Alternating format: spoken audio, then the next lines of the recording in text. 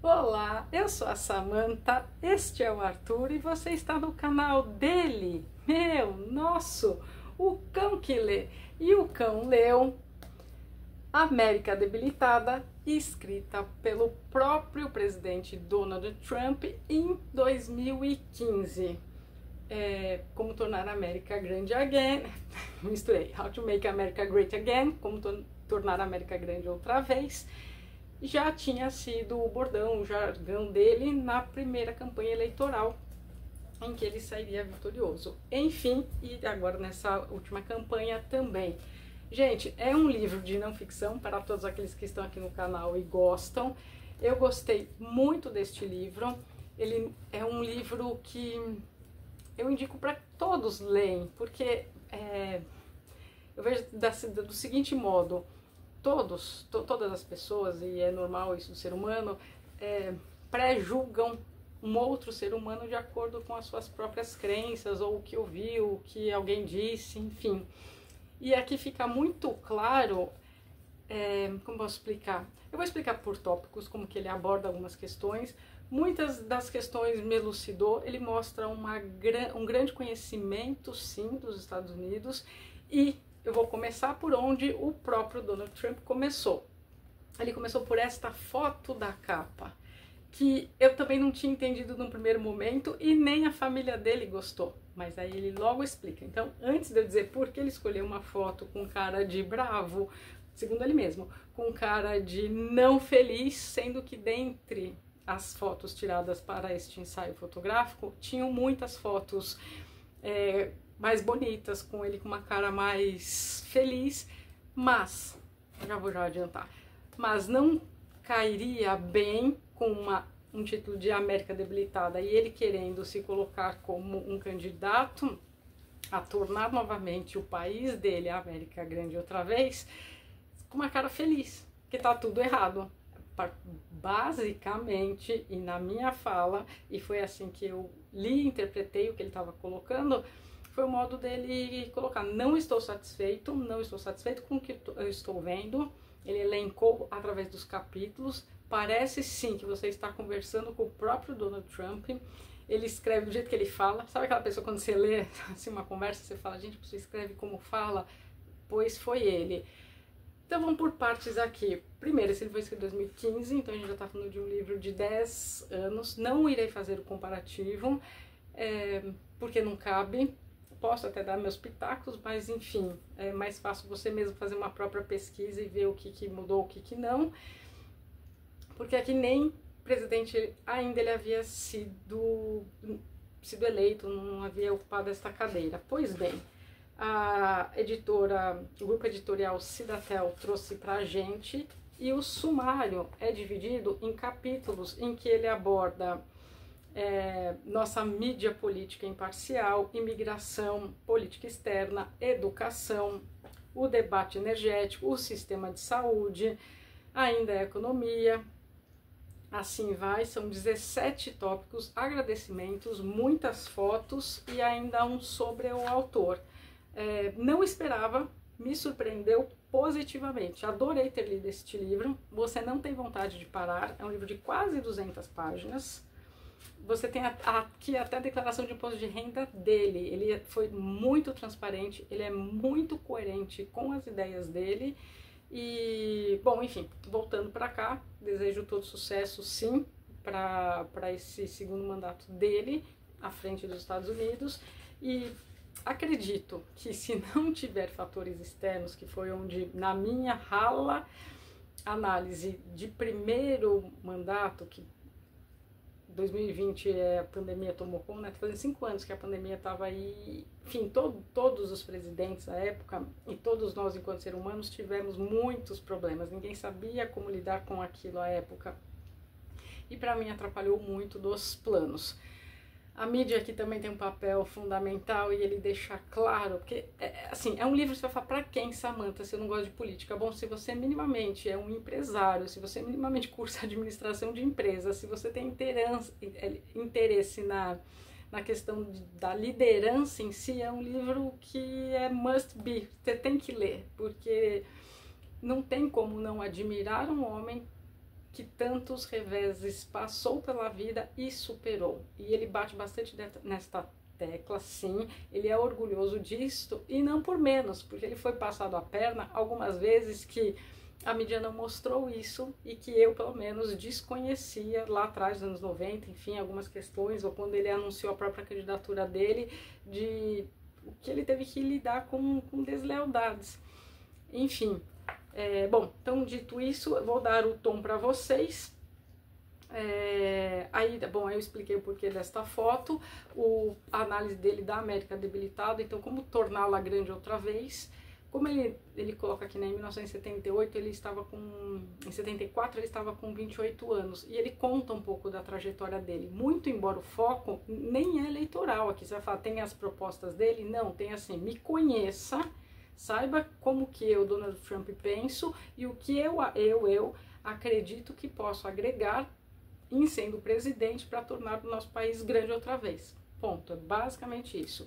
Ele não ataca, ele é direto, e aqui ele bate também nessa tecla que ele faz o que os políticos de carreira não fazem, ele responde a verdade, e quando sim, de fato, alguém responde a verdade, incomoda muita gente, principalmente políticos que estão lá há muito tempo, isso nos Estados Unidos, em qualquer lugar, Brasil também. Se está falando a verdade, ela pode por vezes soar rústica, sim, mas para a pessoa estar respondendo de X modo, o que é que já não fizeram, quanto que já não atacaram, quanto que não distorceram as palavras, para tirar a pessoa do sério, né? Porque em sendo presidente ou não, vamos lá, gente, somos todos humanos e ninguém gosta de ser atacado. Aí você vai me dizer, mas Samantha é uma figura pública. Se até nós, desconhecidos, temos pessoas que não gostam da gente, pessoas que gostam, quiçá pessoas de uma importância dessa, de um gigantismo desse, de tudo o que fez. Então vamos lá. Vou ler alguns trechinhos para vocês. Aí aqui, né, logo ele começa, assim, eu tô na página 11.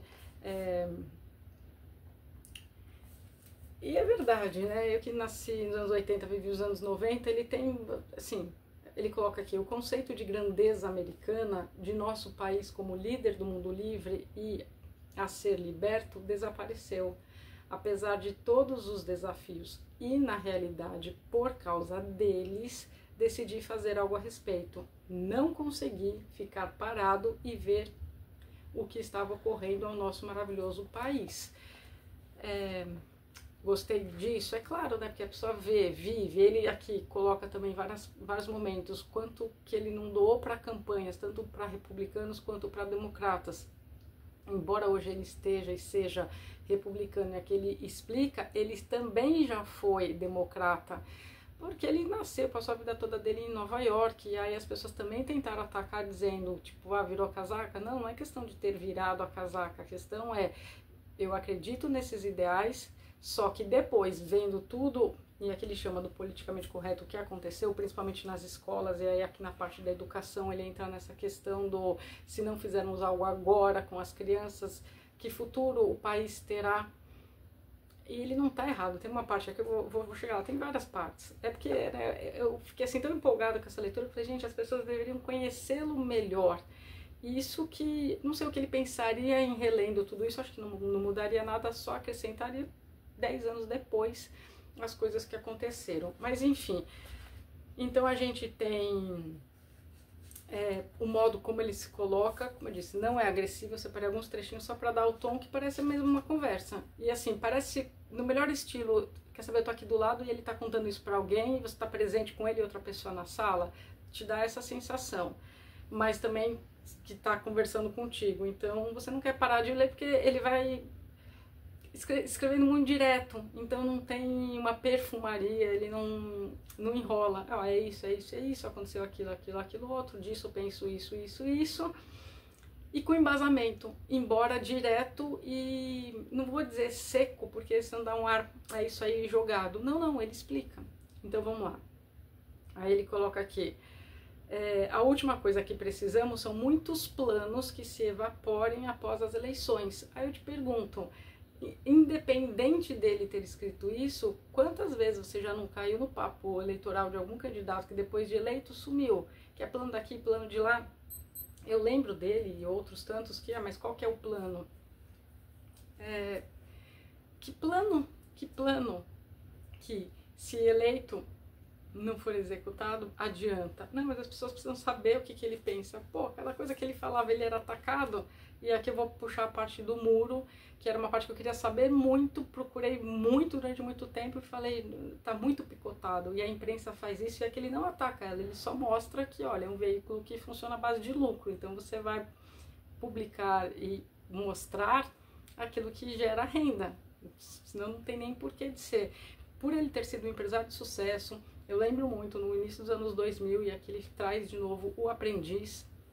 A gente até chegou a ter uma versão brasileira, mas enfim, a com ele era muito boa, foram várias temporadas de sucesso, e aqui ele relata também, enfim, é um apanhadão de tudo, sabe? Você tem a sensação de não estou comprando o que a mídia vende, mas também ele não está se vendendo neste livro para que você compre a ideia dele, ele está colocando. E aí, para qualquer americano ou para qualquer norte-americano, para qualquer pessoa sensata, quando lê isso, fala, poxa, tem um ponto aqui. Então, se você aí não goste dele, dê uma chance. Se você gosta, entenda o porquê, porque senão virá só aquela coisa de fanatismo, né? Enfim.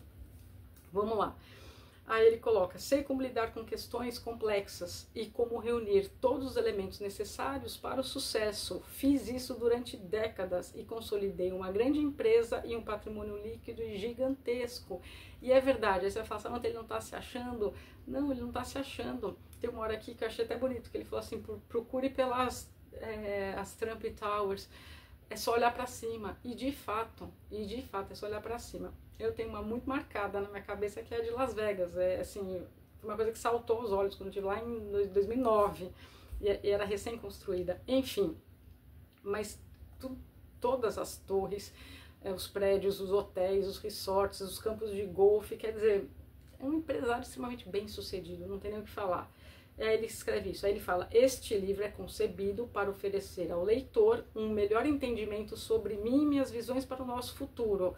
Sou um cara realmente bacana, mas também apaixonado e determinado a fazer com que nosso país seja grande outra vez. Aí você vai falar, pô, mas não tá se achando, chamando de bacana? Não, assim, fica claro aqui que quem conhece ele mais a fundo, e quando ele não é atacado, ele é de verdade, assim, um cara real, gente como a gente. Mas na hora que você está em público, e daí tem um mundo te atacando, não só o mundo de jornalistas, não só o mundo da outra metade norte-americana que discorda das opiniões dele, mas como o restante do mundo em que a América, os Estados Unidos, foi sempre alvo.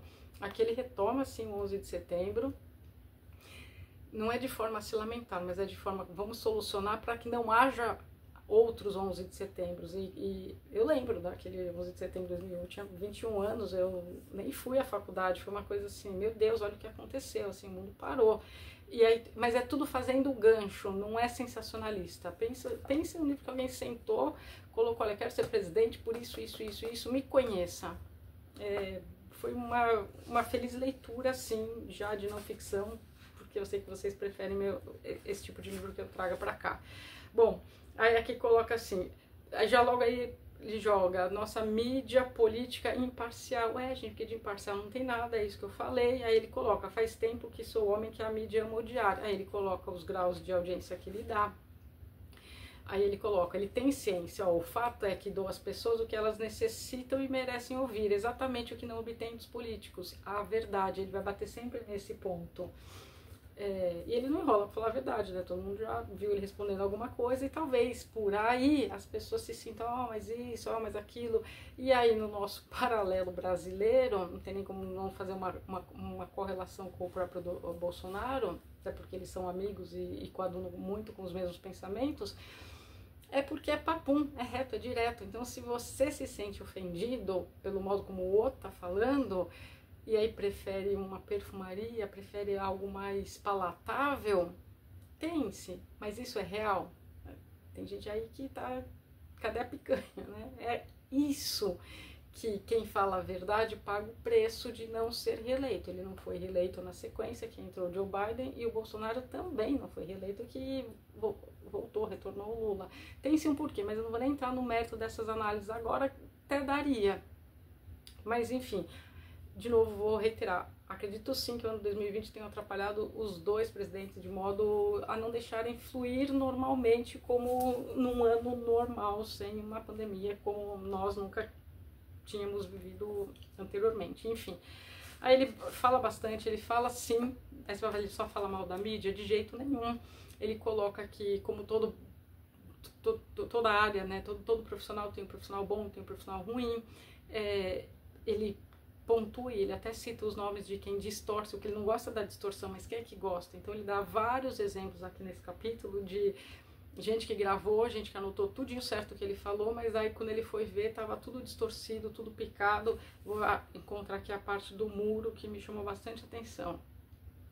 E aí alguns ele elogia do tipo, olha, é que ele falou, não tem problemas com a verdade, nem quando eu erro, mas que seja dita a verdade. Claro, se ele tá pregando a verdade, então assim, se eu errar, dê a notícia certa, mas sem ficar distorcendo. E isso assim irrita qualquer um. É que nós, que não somos famosos, fica ali num círculo mais restrito, de amigos, de amizades, mas mesmo assim, você já se pegou pé da vida do tipo, pô, mas não foi isso que eu disse. Pois é, agora alguém de uma magnitude maior só vai escalando, enfim.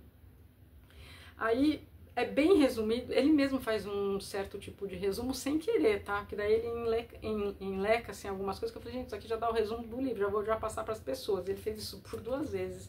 Aqui no início, que ele coloca, ó, fiz a lista de uma porção de problemas que estávamos enfrentando: imigração ilegal, desemprego, redução do PIB, arsenal nuclear obsoleto e terrorismo islâmico.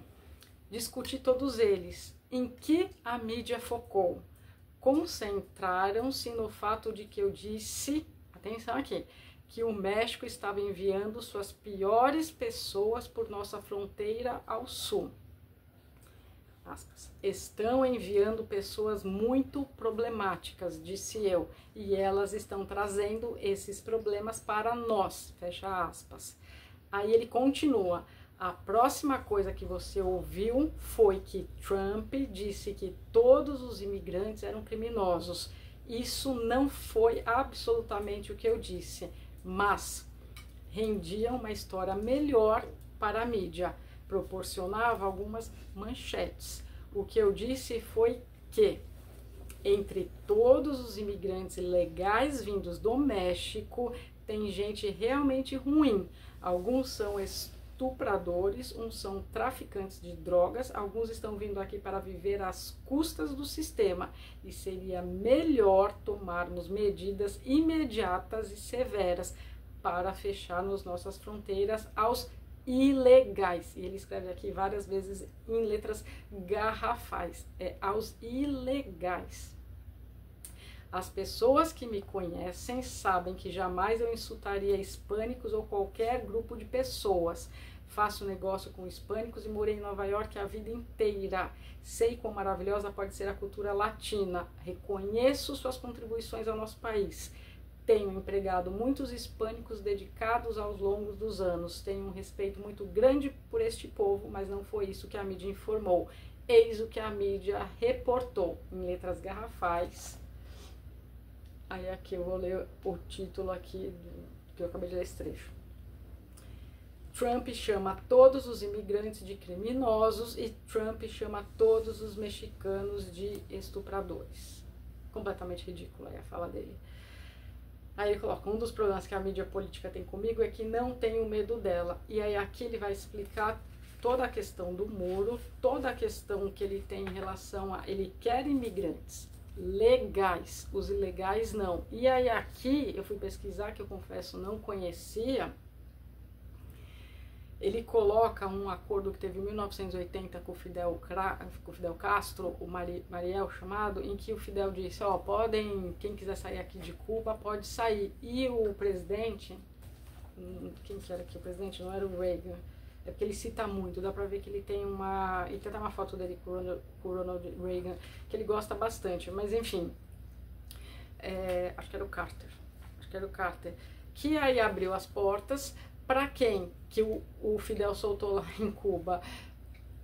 Presos de alta periculosidade e pessoas que estavam no manicômio. E aí quando essas pessoas entraram e ficaram, acabou que gerou transtornos. A gente está vendo agora, nesta leva de deportação, só gente que estava lá ilegalmente. Dá para discordar disso, gente? Tá na sua casa, tem gente morando na sua... Entra na sua casa, você vai falar, pode ficar? E aí pior, ainda tá comendo toda a sua comida, zoando tudo, rabiscando. Sabe aquele... Não vou nem falar aquele... Até caberia, aquele irmão sem noção que detona tudo, sai. Você quer aquilo na sua casa? Não quer, sabe?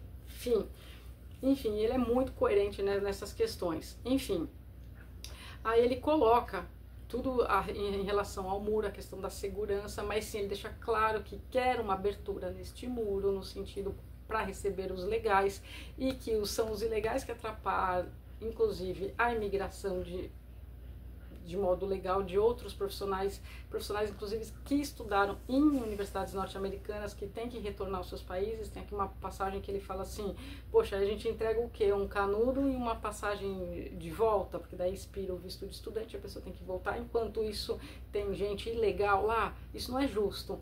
Então ele pondera bastante, né? São coisas que às vezes a gente não para pensar.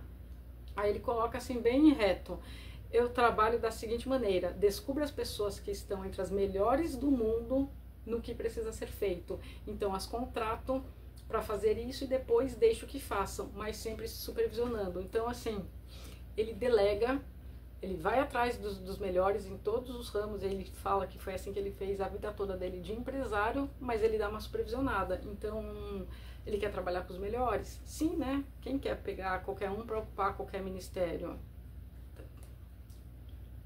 Triste falar isso, porque daí é aquela coisa assim que dói, porque aí quando a gente olha a realidade brasileira, o presidente falando, pá, mas não precisa de diploma, assim.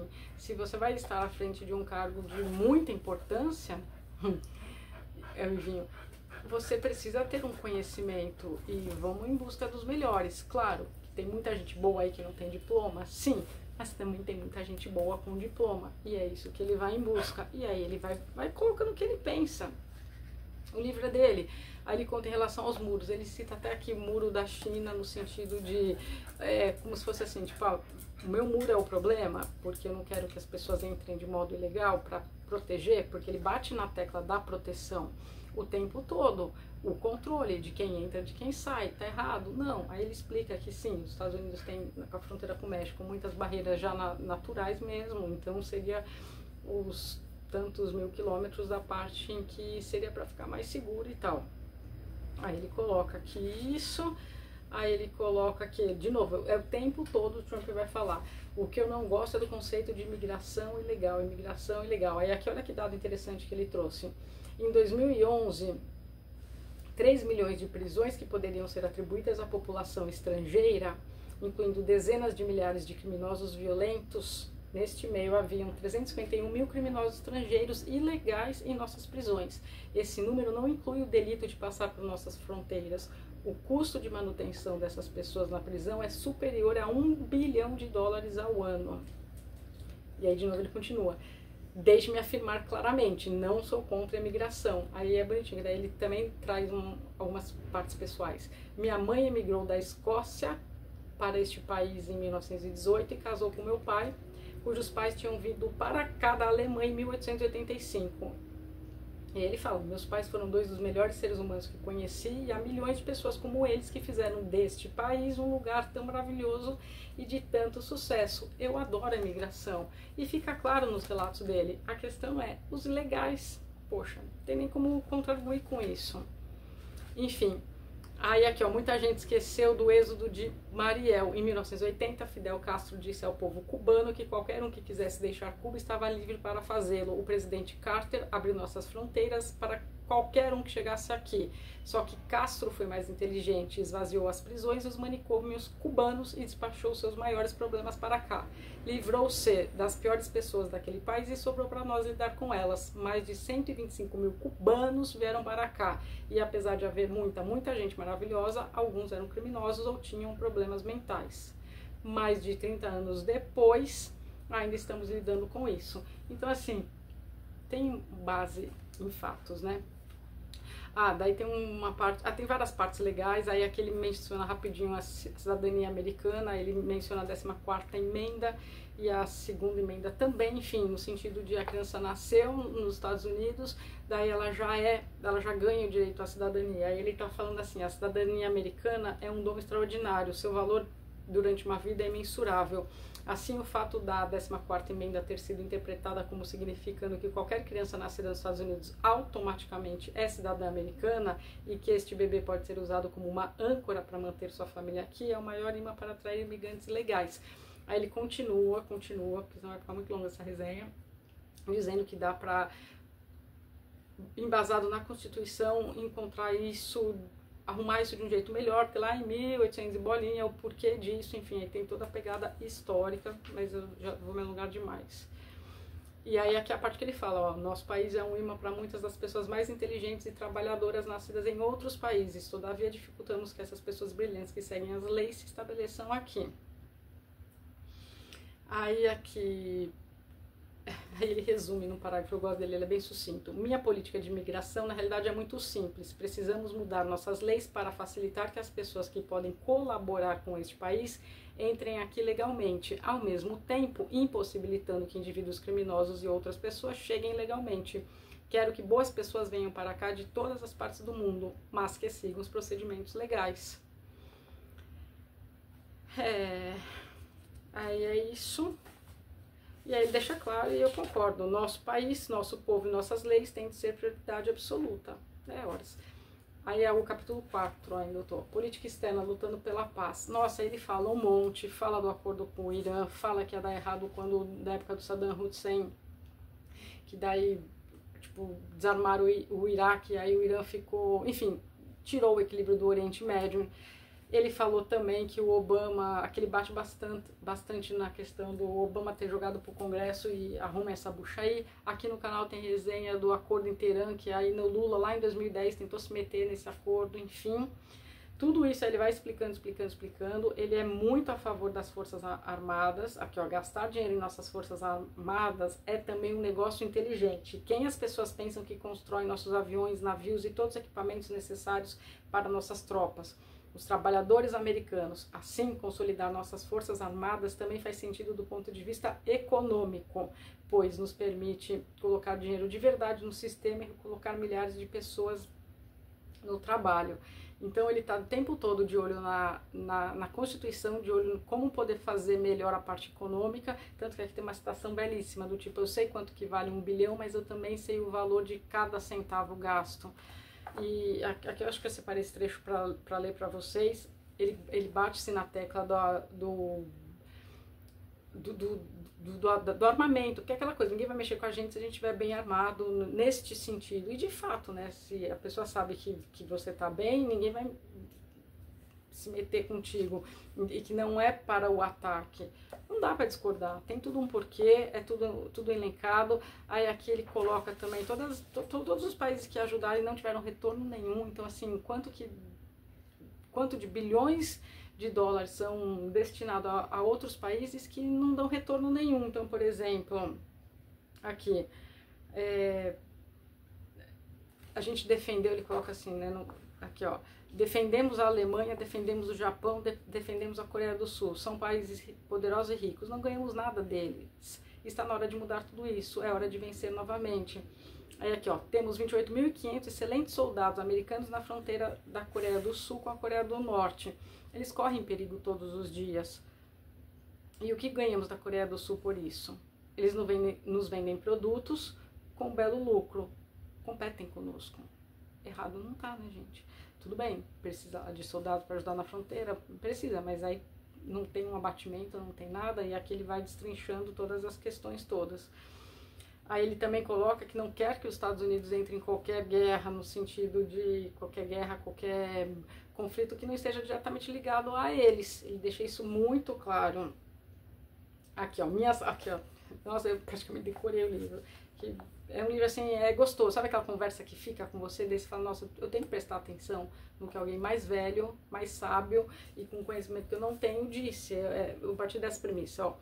Minhas regras de envolvimento sempre foram muito bem simples. Se vamos intervir em um conflito, que seja em uma ameaça direta aos nossos interesses nacionais. A ameaça deve ser tão óbvia que a maioria dos americanos saberá onde fica a zona mais quente do globo e entenderá rapidamente a razão de estarmos nos envolvendo. Aí ele cita a administração do Bush, cita várias coisas, tem muita coisa importante. Agora, o mais importante que me chamou muita atenção aqui, eu vou dizer um número para vocês, eu realmente não sabia. Aí ele coloca, só que eu acho que a gente já está mais perto que isso aqui. Bom, vamos lá. A ameaça do Estado Islâmico é real.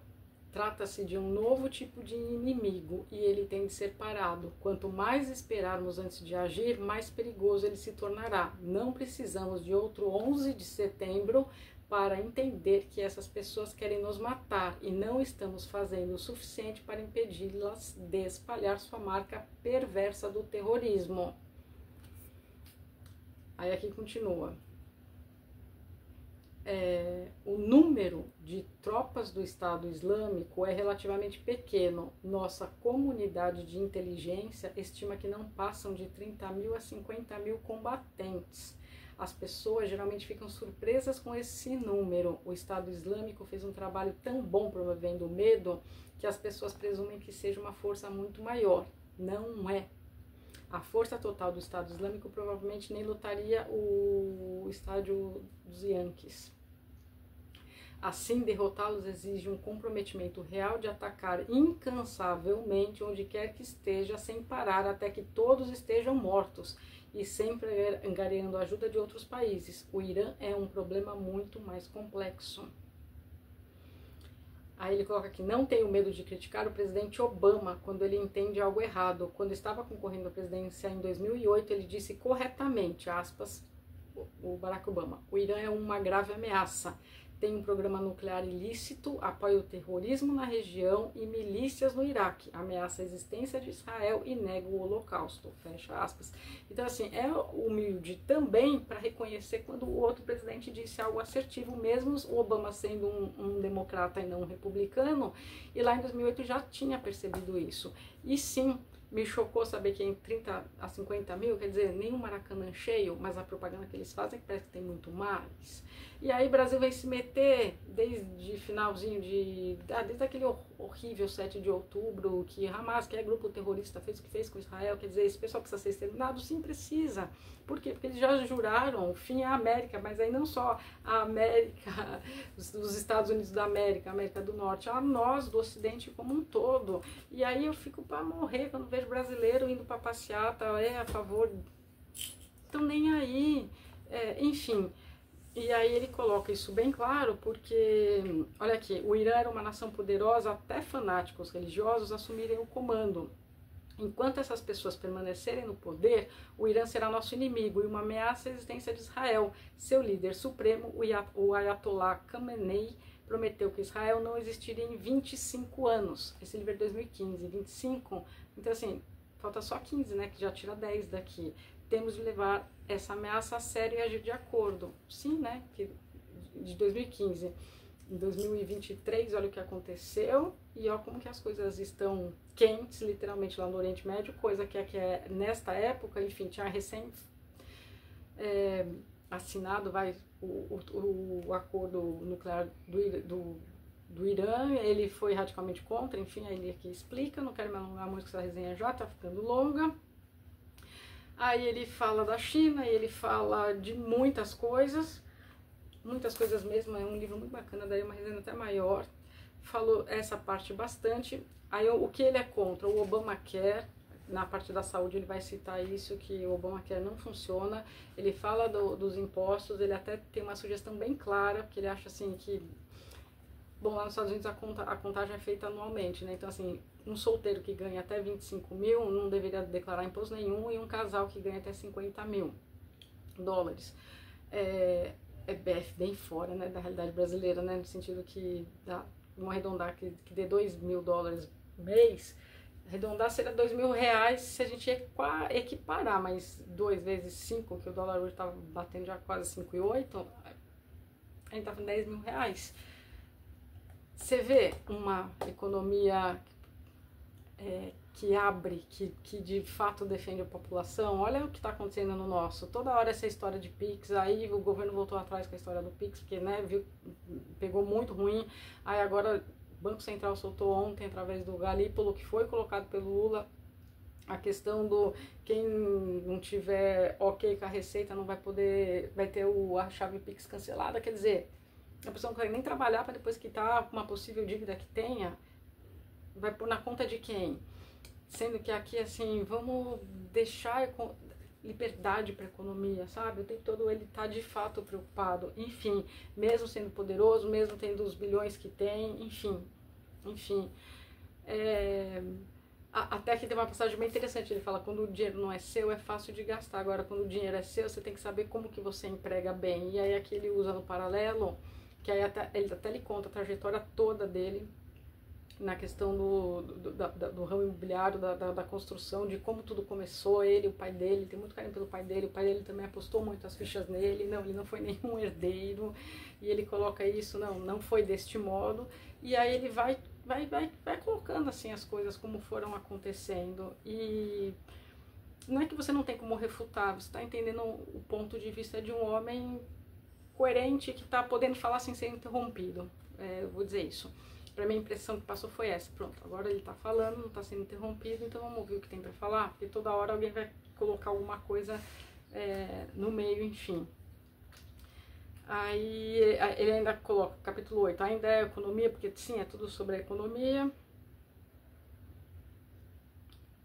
E aqui é a questão da liderança. Ó, as únicas coisas que funcionam são ter um ponto de vista claro e saber divulgar sua mensagem por todo o país, de modo que as pessoas apoiem e entendam sua missão. Dessa forma, não ficamos divididos e grupos com interesses especiais não conseguem comprar os resultados que desejam, nem nos separar. Tudo isso se resume à liderança. Aí ele vai falando aqui. Aí ele fala assim, quando se trata de criação de empregos ou de endireitar nossa economia, sou um especialista que não está falando na teoria, falo com bom senso e o realismo prático, aprendidos na escola das adversidades. Estive lá, cursei-a, sofri com adversidades, contraí dívidas, revidei e saí por cima, muito maior e mais forte do que antes. Fato. Que é até interessante, porque tem uma parte que ele fala da escola, né, que errado ele não tá. E aqui, para terminar essa parte, ele fala, acredite, pois sei o valor de $1 bilhão, mas também sei a importância de um único dólar. Aí ele conta aqui o que aconteceu no meados dos anos 90, o que foi injusto, tal, enfim. Aí aqui eu gostei dessa parte, ó. As pessoas perguntam, tal, aí ele fala, minha resposta é simples, sou um realista, sou um competidor. E aí ele vai explicando. Em relação às escolas, eu gostei dessa parte.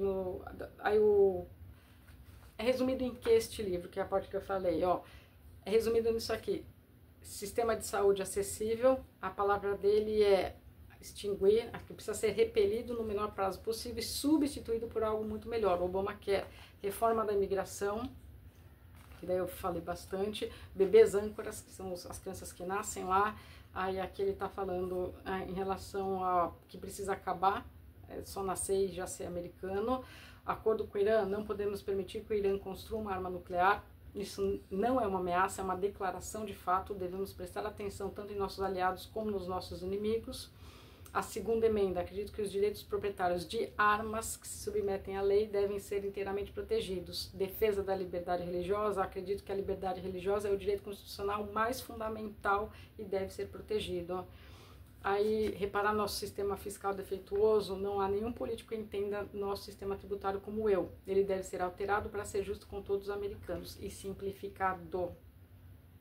Sou um conservador ferrenho e orgulhoso. A maior diferença entre eu e todos os políticos que não fazem nada e que são muito papo e nenhuma ação, essas pessoas que afirmam constantemente que são mais conservadoras do que qualquer outra, eu não falo sobre coisas, eu faço as coisas. Estou me posicionando por esse país porque nossos chamados líderes não foram capazes de fazê-lo. Assim, da próxima vez que uma pessoa questionar minhas credenciais conservadoras, mostre-lhe esta lista. Aí ele fala que tem muito orgulho, ele nasceu dia 14 de junho, que é o dia da bandeira, ele ama ser americano, enfim.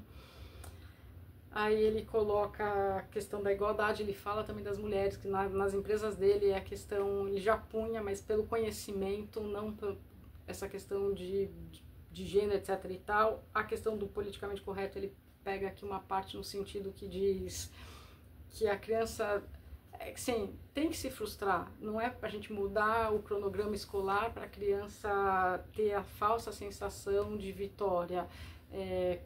Caiu, levantou, faça outra vez. Aí ele dá o exemplo de quando ele fez escola militar, tem até aqui uma foto dele, com os pais dele, quando ele se formou, e vários aqui, quando ele se formou, ele aqui, o pai e a mãe dele, ele criança, enfim, e aí ele coloca que, enfim, é assim, disciplina, organização, a competição, ela é saudável. E de fato, ele não tá errado, mas a gente está se encaminhando de uns anos para cá, eu diria daqui mesmo, 2014, 15, a gente veio vindo numa leva de não vamos frustrar, não, e tá desembocando numa sociedade muito frágil, muito fraca, em que as pessoas estão com um limiar muito baixo, a frustração, em que cair e levantar se torna mais difícil, coisas que poderiam ser aprendidas na escola. Essas são palavras minhas, mas o cerne da ideia dele também é este. Aí ele coloca várias... é lindíssima, gente, que eu falei pra vocês. Eu tive o prazer de ver essa aqui, a Trump de Las Vegas. Ele com o presidente aqui, o Ronald Reagan, lá atrás, jovenzinho. Aí ele fala de quão desacreditado também foi a candidatura dele, os prédios em Nova York, enfim. Eu lembro muito deste Trump aqui, acho que é dos anos 90, né, enfim. Bom, enfim, não vou achar, e tá toda a esposa e a família dele. Ele fala do cabelo dele, sim, onde o pessoal tenta tirar o foco. E aí como que ele termina? Aí ele, um dos últimos capítulos é ensinando economia e sensatez à mídia. E aí ele coloca de quanto também lucro deu, enfim, todos os programas que ele participou, eu vou ficar me repetindo. Aí no final ele bate bastante na tecla do... Aqui, ó, quando você está gastando seu próprio dinheiro, aprende a eliminar desperdícios. O próximo presidente tem de parar de jogar seu dinheiro fora. Poupe uns bilhões aqui, uns bilhões ali, e antes que perceba, você teve um corte real nos gastos. Mas tem gente hoje lá em Brasília que precisaria ler, e não pouco, este livro, porque tem umas diquinhas boas, sabe? Para endireitar algumas coisas. A questão é que não é vontade. Ele quer, de fato, aqui nesse livro, e deixa muito claro, fazer da América, aquela América dos sonhos, aquela América que as pessoas queriam ir para lá e fazer a vida lá, e para isso, legalmente, as portas estão abertas, sempre estiveram. Mas tudo descambou e tudo ficou do jeito que ficou, e ele tá querendo botar ordem na casa, ponto, simples assim. E tá aí, um livro muito bom, mais um lido para 2025. Ele enfatiza assim as qualidades dele, não vai entrar aqui no mérito de quantos campos de golfe, não vou falar do Mar-a-Lago, a casa dele, não, porque tem muita coisa com muitos dados, mas você não tem vontade de parar hora nenhuma, de pular trecho nenhum, porque assim, você fala assim, gente, que coerente, que coerência, quanta coisa bacana. Então, o livro de 200 páginas é uma conversa com o próprio presidente Donald Trump. E se você tiver por aí este livro, dê uma chance, porque vale a leitura, sim. Meus mais sinceros votos de que sim, ele seja lembrado como de fato o presidente que fez de novo a América ser tão grande quanto ela é. Eu sou suspeita, eu amo os Estados Unidos, sempre gostei, já gostava antes de conhecer, depois que conheci, amei. Morarei lá fácil. De modo legal, é claro. Gente, é isso. Quer se despedir, Arthur? Quer se despedir, Arthur? Se até o cão já leu, não vai você aí ler? Até as próximas leituras do canal, O Cão que Lê.